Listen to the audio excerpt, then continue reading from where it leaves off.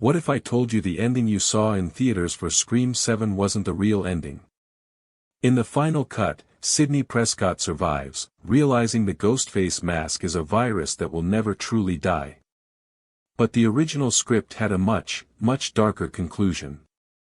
One that test audiences found so disturbing, the studio forced the directors to reshoot it just 2 months before release.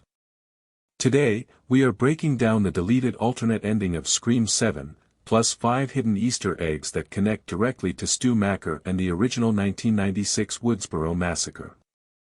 If you thought the theater ending was crazy, wait until you hear what they actually filmed. Before we get to the deleted ending, we need to talk about the locations in this movie. Did you notice the house where the second attack happens? It's not just a random suburban home. If you pause and look at the wallpaper in the hallway, it perfectly matches the house where Billy Loomis lived in the very first movie. But it gets crazier. The television in the background is playing the exact same horror movie that Randy was watching before he got attacked in 1996. The new Ghostface isn't just killing people, they are recreating the historical geography of Woodsboro.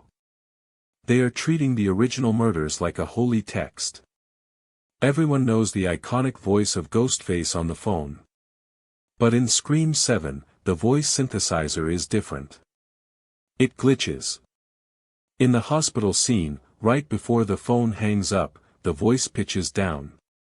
If you take that exact audio clip and reverse it, which hardcore fans already did on Reddit, you don't hear the standard Ghostface voice actor. You hear Matthew Lillard. Stu Macher. It's a 2-second audio clip of Stu saying, "I'm feeling a little woozy here." Why would they hide Stu's voice in the synthesizer? Because the cult of Ghostface worships the original duo. The killer literally programmed Stu's final words into the voice changer as a sick tribute. Which brings us to the alternate ending. In the theatrical cut, the third killer is unmasked, Sidney is devastated, and we get the mirror shot. But in the original leaked script, the unmasking scene plays out completely differently. Sidney doesn't just disarm the killer. She snaps. After decades of running, hiding, and watching her friends die, the original ending showed Sidney crossing the line. Instead of waiting for the police, Sidney takes the Ghostface knife. The camera drops to the floor. We don't see the kill, but we hear it. And when the police finally arrive, they don't find Sidney acting like a victim. They find her sitting on the couch, covered in blood, holding the Ghostface mask in her hands. The original ending heavily implied that Sidney Prescott, the ultimate final girl, had finally lost her mind and become the very monster she spent her whole life running from. The studio said it ruined her legacy, but the directors believed it was the only realistic outcome for someone with that much trauma. And there's actual proof of this deleted ending left in the final movie. Look at the very last frame of the film before it cuts to black. The camera pans down to the Ghostface knife dropped on the floor.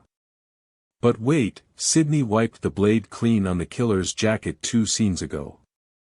So why is it dripping with fresh blood at the very end? Because that shot was leftover B-roll from the alternate ending where Sidney used the knife herself.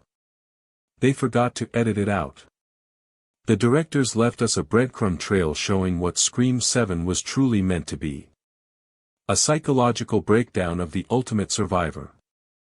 Do you think Sidney becoming the killer would have been a masterpiece, or would it have ruined the franchise?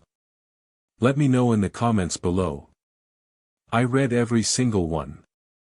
Make sure to hit subscribe, because next week we are diving into the terrifying true story that inspired the next major horror release. See you in the next one.